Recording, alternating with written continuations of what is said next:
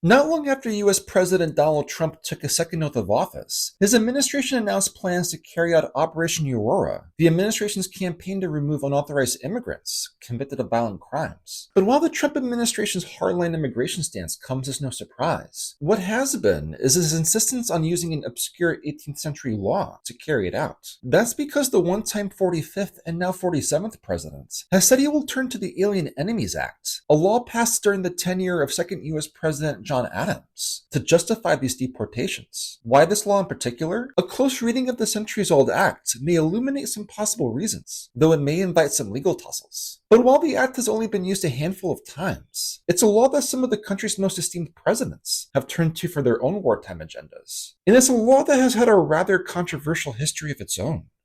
Oh yes, there is history here.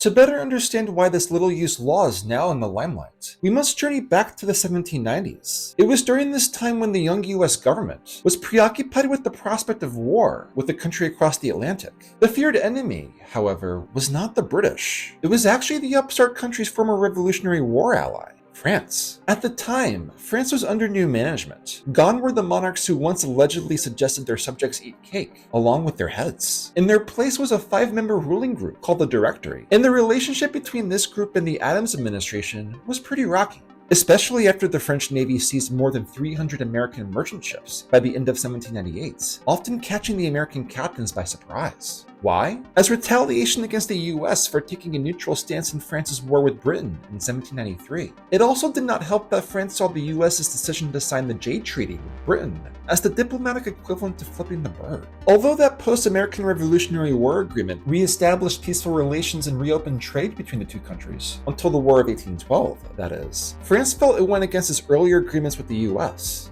Britain, for example, could seize US merchant ships sailing to France if it paid the United States a fee to do so, which, as inconvenient as it may have been for American captains at sea, was more of a detriment to France's economy. Things got so heated that Adams sent Elbridge Gerry, Charles Cotesworth Pinckney, and future Supreme Court Justice John Marshall to try smoothing things over with France's foreign minister, the Marquis de Talleyrand. But the delegates faced an unwelcome surprise. That's because in what would become known as the XYZ affair, France's foreign minister refused to meet with the Americans at all. Instead, he sent a group of intermediaries who said the Americans could not meet with Talleyrand unless they agreed to some onerous demands. These French officials, who were initially identified in government reports about the incident as X, Y, and Z, required not just an apology from John Adams regarding anti-French rhetoric he raised in his speech, but also to have the US pay out all claims involving the seized merchant ships. But there was more.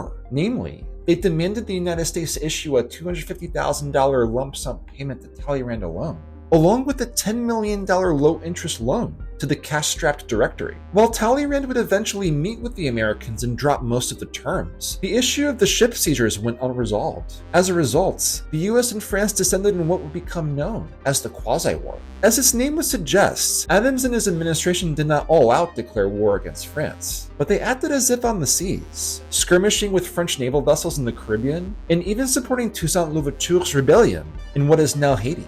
And against the backdrop of all that was going on, there was fear among Adams and his fellow colleagues in the Federalist Party, which included the $10 founding father himself, Alexander Hamilton, that not everyone in the country was on the same page when it came to France. Namely, they feared there were sympathizers among their ranks, including leaders in the opposing political party, one whose name would be considered a bit of a conundrum today. That party, then known as the Democratic Republican Party, was viewed as the preferred one for new, unnaturalized immigrants to the country, or aliens, as the politicians of the time described them. And the Federalists had some reason to be wary of their colleagues across the aisle, especially since some in the party, whose members included then Vice President Thomas Jefferson, embraced the French Revolution as a continuation of the kind of republicanism the United States represented. In addition, a growing number of politically active French citizens, including refugees from the French and Haitian revolutions, were moving to the United States, establishing newspapers, and being vocal in their causes. Adams and the Federalists did not want to risk seeing the United States descend into what they viewed as radicalism and anarchy. So the party passed a set of 4 laws that they felt was necessary to address these concerns and ensure the young country's safety and stability, though many contemporaries of the time, as well as contemporary historians, believe they did so at the expense of some fundamental constitutional rights. On July 14, 1798, the anniversary of the storming of the Bastille, which jump-started the French Revolution, Adams signed this suite of 4 acts, known as the Alien and Sedition Acts, into law. The laws curbed the rights of unnaturalized individuals in the country and their supporters, albeit in different ways. There was the Alien Friends Act, which allowed the president to unilaterally remove individuals considered a danger to the country, even in peacetime. The Naturalization Act, on the other hand, raised the citizenship requirement from 5 years to 14, dramatically slowing down the process for incoming immigrants to become full-fledged citizens. But the Sedition Act was perhaps the most notorious of the 4, making it a crime to print, utter, or publish any false or scandalous malicious writing about the federal government. And in practice, let's just say the Federalists in control were fairly discriminatory in how they enforce it. Why? Because they weaponized the rule to target the very party they felt was against the country's and the party's interests, including members of the media they felt were pushing an anti-federalist agenda. In fact, all of the prosecutions levied under the Sedition Act alone targeted Democratic Republican journalists and editors, and even congressmen, some of which were successful. Take Matthew Lyon, a Vermont Democratic Republican congressman who was the first to stand trial on Sedition Act charges. He ended up being sentenced to 4 months in jail. His crime? Publishing an essay criticizing John Adams and his administration in a Vermont journal. And no, Lyon did not urge his colleagues to storm the government offices in Philadelphia at the time. He merely accused Adams and the Federalists of ridiculous pomp, foolish adulation, and selfish avarice. Unsurprisingly, the Act's censorship undertones and pro-federalist bias did not sit well with the Democratic Republicans, as well as many in the public. In addition to numerous petitions and a large-scale demonstration that flooded the streets of Lexington, Kentucky, a 400-person uprising known as Free's Rebellion even broke out in rural Pennsylvania over the acts and the tax Congress had passed to finance the Quasi-War. Even Jefferson, who was not afforded the same protections under the acts because he was technically a Democratic Republican, decried the acts as part of a reign of witches and teamed with fellow founding father James Madison to secretly draft the Virginia and Kentucky resolutions. The resolutions, passed in November of 1798 and December of 1798 respectively, advocated giving states the right to determine the constitutionality of federal laws and prevent the enforcement of ones they thought were unconstitutional within their borders, namely with the Alien and Sedition Acts in mind. While Madison pushed for states to work together to petition the federal government to change questionable rules, Jefferson's original drafts for the Kentucky resolutions took on a far more drastic tone, namely advocating for states to outright nullify troublesome laws, a stance that Adams' government would have likely considered treason. Although the resolutions were not adopted and were even opposed by other states, with the 1798 elections even strengthening the Federalist grip on Congress, they still helped unite the Democratic Republicans around a single cause. So although John Adams and the Federalists did successfully prosecute perpetrators under the acts, including trying 5 of the 6 leading Democratic Republican papers for libel, they ended up sweating out a close race during the presidential election of 1800, one that did not end up with the result they intended. That's because Jefferson narrowly beat John Adams in the first ever presidential election rematch in US history, fueled in large part by the fracas around the Alien and Sedition Acts. After that election, Jefferson's administration in Congress generally repealed the Alien and Sedition Acts or allowed them to expire, all except for one, the only one of the 4 to have passed with bipartisan backing. That act, of course, is the Alien Enemies Act, which has been on the books to this day. So what does this mysterious law actually entail? Generally speaking, today's version of the law gives a president leeway to apprehend, restrain, secure, and remove nationals of an enemy country who are on American soil. It also gives presidents the ability to dictate the terms of how these nationals are treated, including defining the removal process of these individuals, how they are restrained, and how to respond to unnaturalized individuals who refuse to leave the country. But even if a president were to dust off the centuries-old law, they cannot simply invoke it at the drop of a hat. Certain events would need to occur for it to become an option. And that's where the debate gets even more nuanced. The law, as it has been traditionally applied in the past by several prominent presidents, which we will get more into in a bit, traditionally goes into effect the moment there is a declared war between the United States and another country, something which only Congress has the power to declare. The president also must issue a proclamation that invokes the law and states how it will be enforced. While the Department of Justice has asserted since as late as the 1980s that the Alien Enemies Act is strictly a wartime wartime measure, some politicians argue its language suggests a president can still invoke the act in the absence of an officially declared war. How? If the US is facing an invasion, or a so-called predatory incursion. The invasion or incursion does not need to be ongoing or have already happened either. The law could also be an option in response to attempted invasions or incursions, and even threats, so long as the president issues proclamations on them invoking the act. But as the Brennan Center for Justice notes, although the term declared war takes on the same meaning it has in the Constitution's Declare War Clause in Article 1, Section 8, the words invasion and incursion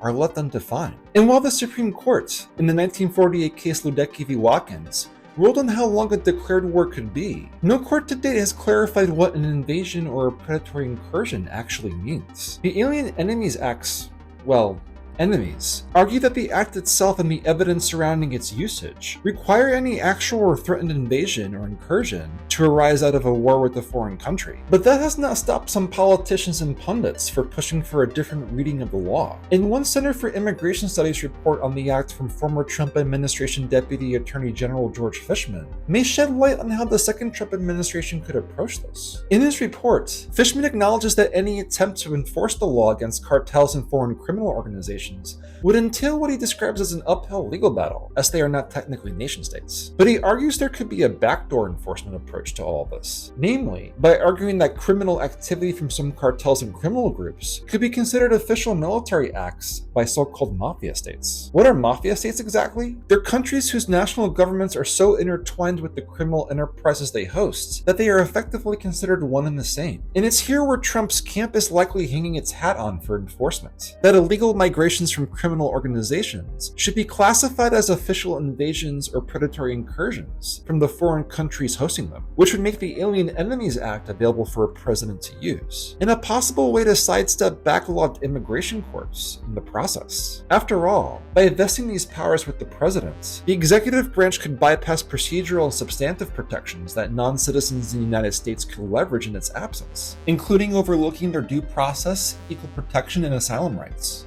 While it's unclear if courts would even accept this kind of argument, if the Trump administration were to consider using the Alien Enemies Act, it would be only the fourth time a president would use it in the act's existence. During the first time, non-citizens from Great Britain needed to register information about their family, the length of time in the United States, and information about their naturalization process with the federal government during the War of 1812. From there, the law lay dormant until World War I, when Woodrow Wilson exercised it to detain and intern non-citizens, mostly German, from countries that were part of the enemy Central Powers countries. And according to sources such as the National Archives and U.S. Marshal Service, the 28th president put the law to good use. To start, roughly 480,000 German enemy aliens were registered by U.S. Marshals during the little more than a year that the U.S. was officially at war. And then Wilson's administration went a bit further. Not only were 6,300 aliens arrested under the act, but 6,000 were actually placed in internment camps, with some detained as long as 2 years after World War I actually concluded. And then during the Second World War, FDR leveraged the law against individuals who hailed from Axis powers countries like Italy, Japan, and Nazi Germany, though it didn't play a role in the most widely known and controversial internment program during his presidency.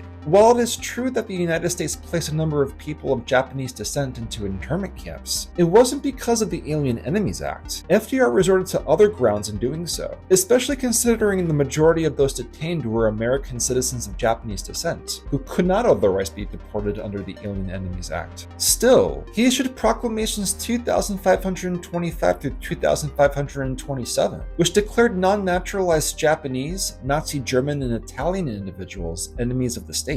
And these actions resulted in dire consequences for those impacted. According to the National Archives, more than 31,000 individuals considered to be enemy aliens were sent to internment camps across the country, including several Jewish refugees who had fled from Nazi Germany, following adversarial proceedings spearheaded by the Justice Department. Although many of those sent to the camps were found to be sympathetic to the causes of their home countries, many were actually called in to answer on charges they were never informed about, or were based on minimal or questionable evidence and allegations. While the Justice Department eventually started releasing individuals it no longer considered a threat, several remained detained through the program's end in 1948, 3 years after hostilities in World War II ceased. However, the act's enforcement was not just limited to internments. For example, the FBI subjected 600,000 Italians alone to at least some restrictions on their liberties, including curfews and sudden searches and seizures. Among those who were arrested, the famous opera singer Ezio Pinza, and even Joe DiMaggio's mother, although they ended up leveraging their connections to get off scot-free. The federal government has since apologized for its handling of Italian and Japanese nationals in particular under FDR's proclamations, and efforts are currently underway to put the centuries-old law to bed. One proposed bill from Representative Ilhan Omar and Senator Mazie Hirono, the Neighbors Not Enemies Act, would repeal the Alien Enemies Act outright. At the time of this recording, it is still under review at the House of Representatives and Senate, after being reintroduced on January 22, 2025. But for now, it remains an enforceable law, and one that bears watching. Will the Trump administration succeed in addressing illegal immigration using a law dating from the time of John Adams? That remains to be seen, but it speaks to how the federal government's response to a contentious early chapter in our nation's history has dictated the narrative for other controversial ones centuries later. It just goes to show how the ripple effects from decisions made centuries ago can still be felt today. Thanks for watching There Is History Here. If you enjoyed diving into the past with us, make sure to like this video and hit that subscribe button so that you never miss an episode. Both are free to do and mean a lot for helping us grow our channel and reach more people. Your support helps us continue exploring the stories that shaped our world and the unique history that's right under our noses.